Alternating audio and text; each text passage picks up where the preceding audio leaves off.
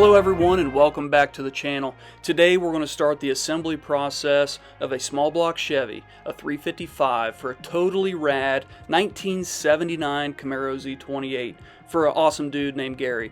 I'm really excited to get this one started. It's going to be a really fun project. I'm glad to have you with me. Let's do it.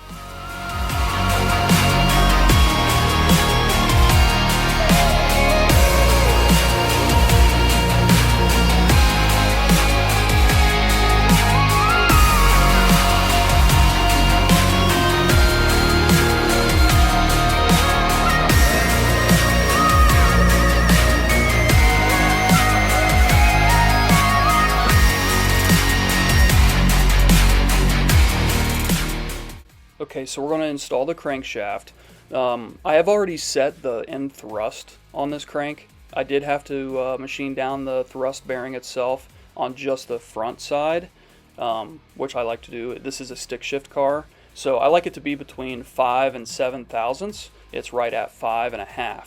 So I'm really happy with that end thrust. I'll actually check it again just to show you once it's torqued down. I usually torque them down to like 40 foot-pounds.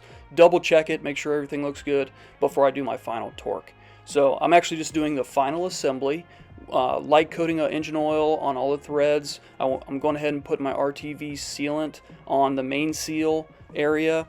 The upper half has been offset and it has been glued in with the black RTV already, as well as in the lower half of the bearing.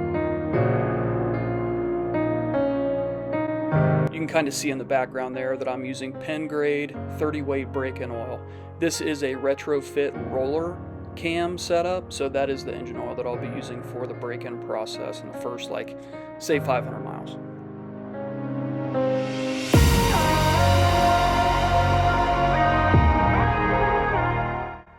Okay, so now that all the bolts have been oiled with the standard engine oil that I'm using to break it in, I'm going to go ahead and do a quick torque on all the main cap bolts at 40 foot-pounds. That'll be the first increment, just so I can double check my end thrust and make sure that that's still right where I want it to be, which I did set right at 5.5 thousandths. And you can see the dial indicator right there on the snout of the crankshaft.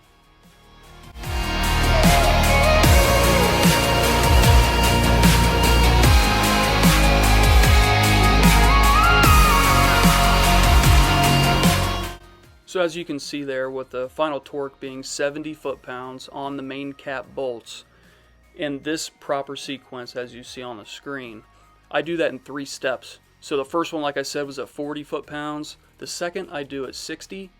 The third and final is 70 foot-pounds.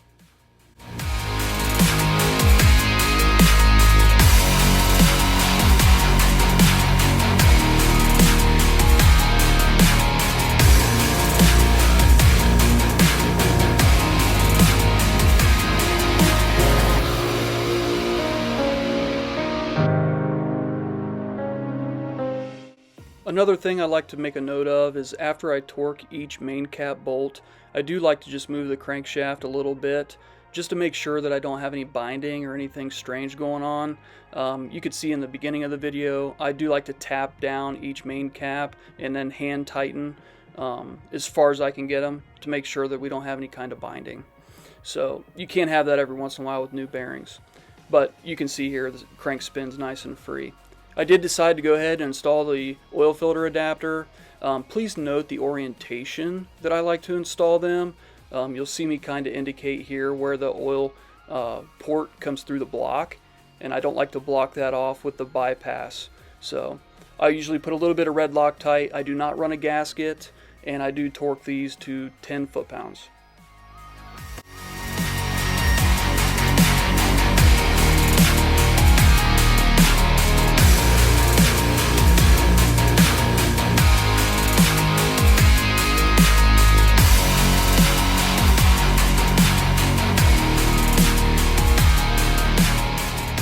Well guys, it's that easy. Our crankshaft is properly installed. Looking forward to the next video. Many more to come, guys.